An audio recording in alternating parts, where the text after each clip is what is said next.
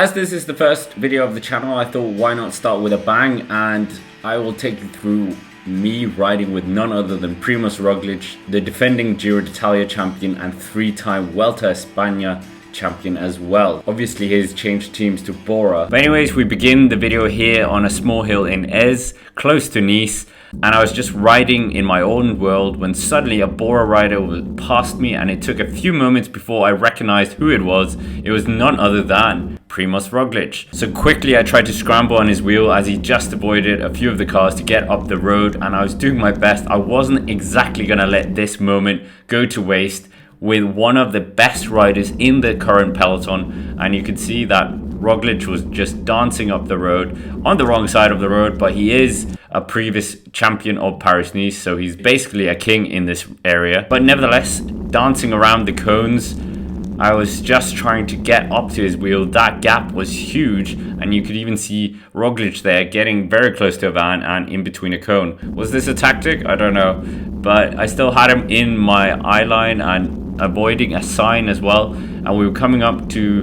the end of this road, and that's where this 4-5% climb was really going to start and kick in, and we could see how much power Roglič actually had if he was going all out. But a few moments later, Roglič gave me a look, and then everything changed as suddenly he accelerated hard.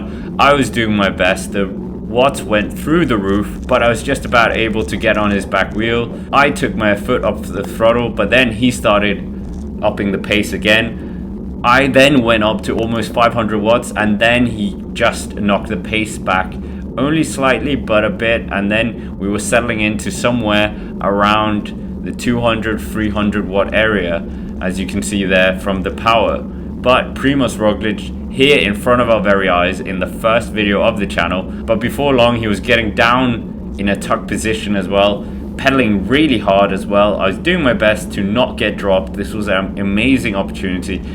How many rides do you normally go on and then suddenly a Galactico of the sport overtakes you? But it was a steady tempo here. It wasn't exactly earth-shattering numbers that we were doing. It was around the 300 watt mark, and yeah, following Primož Roglič, seeing that beautiful Bora kit that I still needed to get used to being on Primož Roglič himself.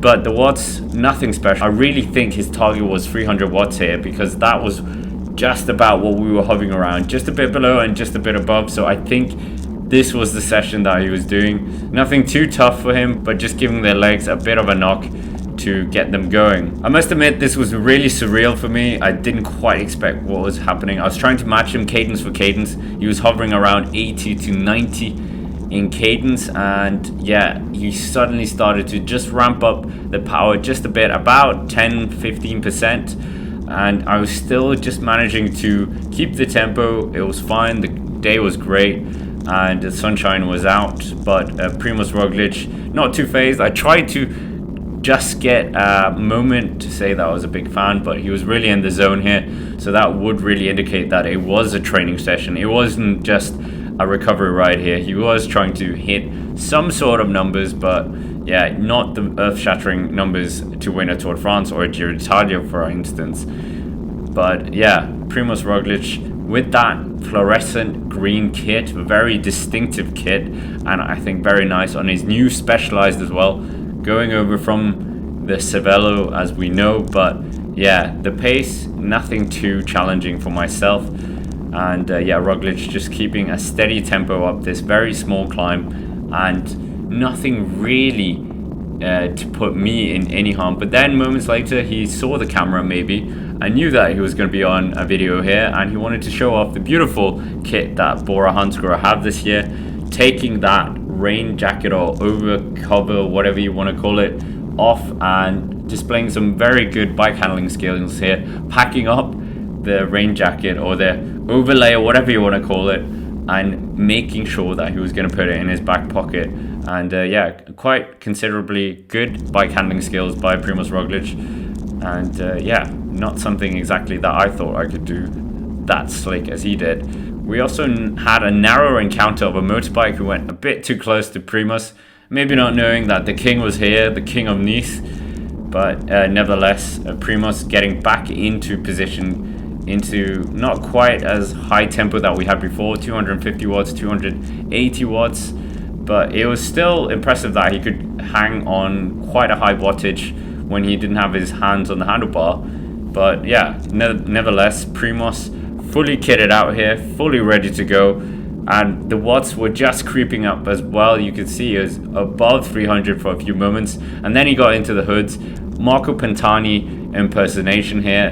The watts didn't quite start to up straight away, but then we were nearing the 350 watt mark here, and it seemed like he was just pushing on. A van coming a bit close for my liking as well, and then a car coming extremely close to us, which was a bit annoying. But the watts started to really pump up here. You can see that I'm going over 400 watts just to try and keep on his wheel. And Primoz, yeah, just upping the ante here, because he knew what I didn't know, that there was a descent coming up, so we were near the top, and maybe he was a bit annoyed having an annoying YouTuber behind him as well. But Primoz there again, 400 just to try and get up to his back wheel, but then the tempo was really down here, 200 watts. But Primoz, a very, very easy effort here by him. And then we were getting ever closer to that descent. I didn't know that this was coming up. I'm not the best descender in the world, or fastest descender, shall we say. We're coming around the corner, and this is where the descent started. You can see Primoz, the power was still quite high as he looks at a motorist who could pass by, and the gap was just starting to widen between him and myself, just a bit. I was starting to just hold the watts. I wasn't really that determined to follow him because I'm not exactly the greatest descender, or fastest descender, shall I say. And there we had it, Primož Roglič disappearing into the sunset, and it looked like the adventure was over for now, and Primoz, the Bora Hansgrohe superstar, disappeared up the road, and that was all she wrote. So quite an easy little session with Primož Roglič. He wasn't going completely all out, which would have been exciting to see if I could have even held on for a few seconds if he did that, but it was just a little session where he looked like he was keeping to around 300 watts. But yeah, it was a crazy little ride, to say the least. But anyways, that's basically it for this, our first video on the channel. And of course, as always, thank you for watching, and see you in the next one. I let them do till I felt, yes, that it's fast enough, and the moment I felt, yes, his pace is a bit dropping, I said okay, I go for it, and I will ride my own pace just up.